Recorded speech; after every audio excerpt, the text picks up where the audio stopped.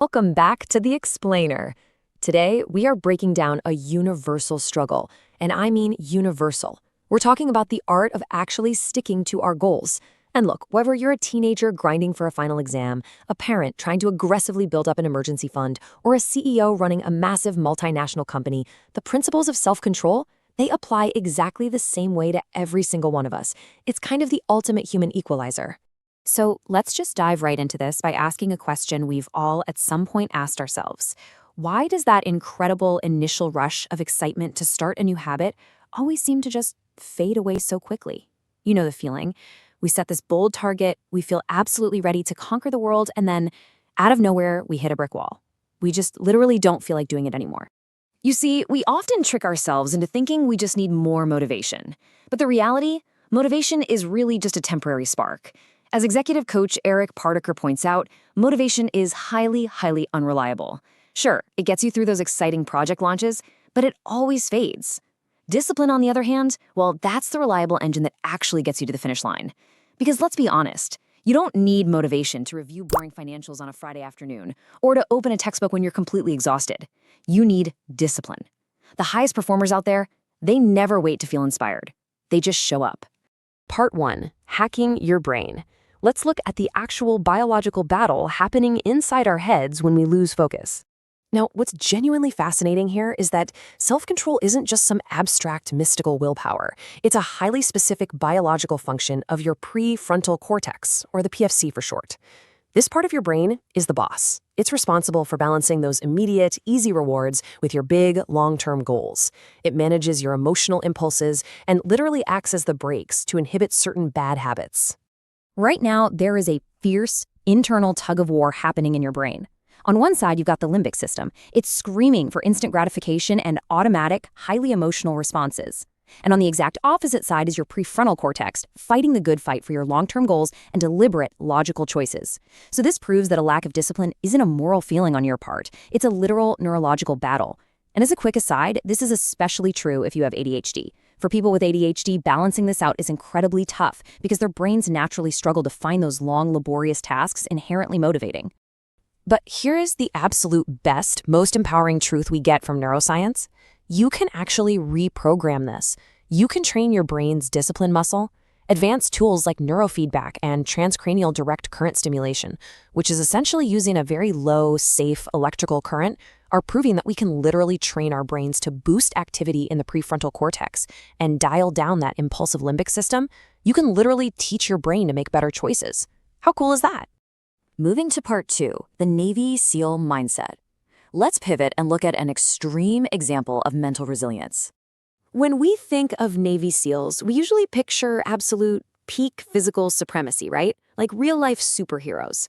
But former SEAL sniper Brandon Webb reveals a pretty surprising secret about this. The training isn't actually designed to find super athletes. In fact, if you just look at the purely physical requirements, the course is built so that an average athletic guy can pass it physically. Yet, only about 1 in 7 actually make it through. And it's not because their bodies fail them. The crucial takeaway here is that success during their infamous Hell Week relies entirely on mind over body. It's meticulously designed to push trainees mentally to the absolute brink over and over again. These guys don't just tolerate hardship, they're trained to thrive on it. So how in the world do they survive that level of extreme mental pressure without just ringing the bell and quitting? They survive by using something called the eat the elephant technique.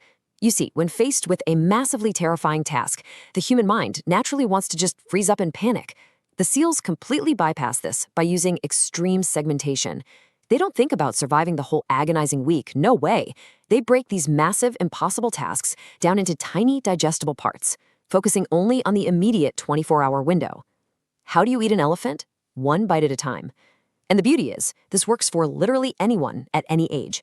Whether you're surviving Hell Week, writing a brutal 20-page college thesis, or, I don't know, just trying to clean out a disastrous family garage on a Sunday, you never focus on the whole thing. You only focus on the very next step. Part 3, the everyday application.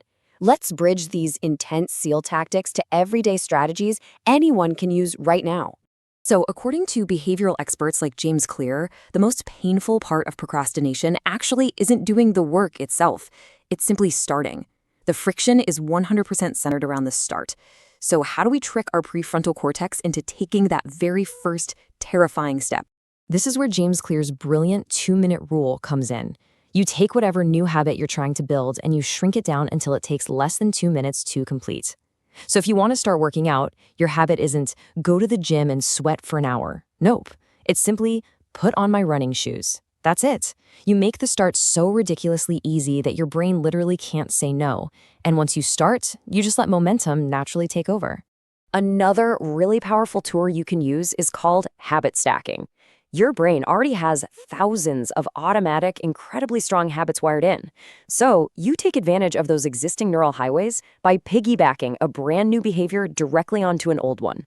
For a working adult, it might be, right after I pour my morning coffee, I will sit and meditate for exactly 60 seconds.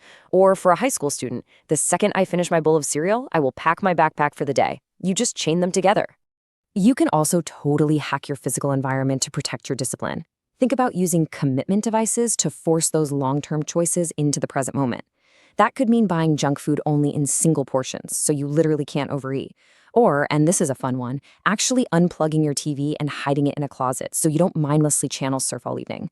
Combine that with visual cues, little reminders you leave around your house that constantly nudge you toward your good habits and keep you on track. And look, when adversity hits, and it absolutely will, you've got to drop the excuses. The complaints, they never ever help.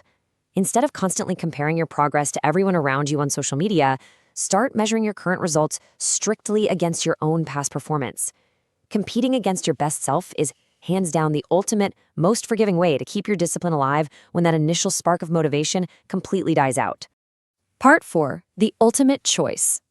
We've covered a ton of ground today, bringing us to one final universal truth. I really want to leave you with this massive foundational thought from CEO coach Eric Partaker. Building that discipline muscle, it is undeniably hard work.